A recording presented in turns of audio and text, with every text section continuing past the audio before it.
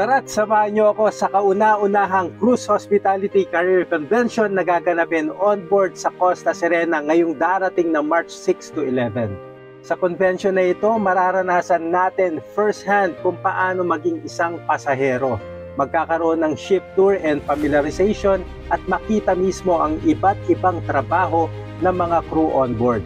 At ang highlight ng event na seminar mula sa mga bigating speakers ng cruise industry, kung saan matututunan natin ang tamang paghahanda para sa pangarap nating career sa barko. Ang ating event organizer ay ang MICA, Magsaysay Center for Hospitality and Culinary Arts. March 6, 12:30 p.m. ang arrival ng Costa Serena sa Maynila at pagsampa natin sa barko. March 7, enjoy natin ang paglalayag sa barko at i-explore ang mga amenities ng Costa Serena. March 8, Convention Day, 9 to 4 p.m. plus arrival in Hong Kong. March 9, free time, explore natin ang Hong Kong. March 10, Costa Serena Cruise Familiarization. March 11, 2 p.m, arrival natin pabalik ng Maynila. Magkano ang registration fee? Kung ikaw ay kukuha ng Inside Classic Cabin, ito ay nagkakahalaga ng 34,500 pesos. Kung Inside Premium Cabin naman, 36,500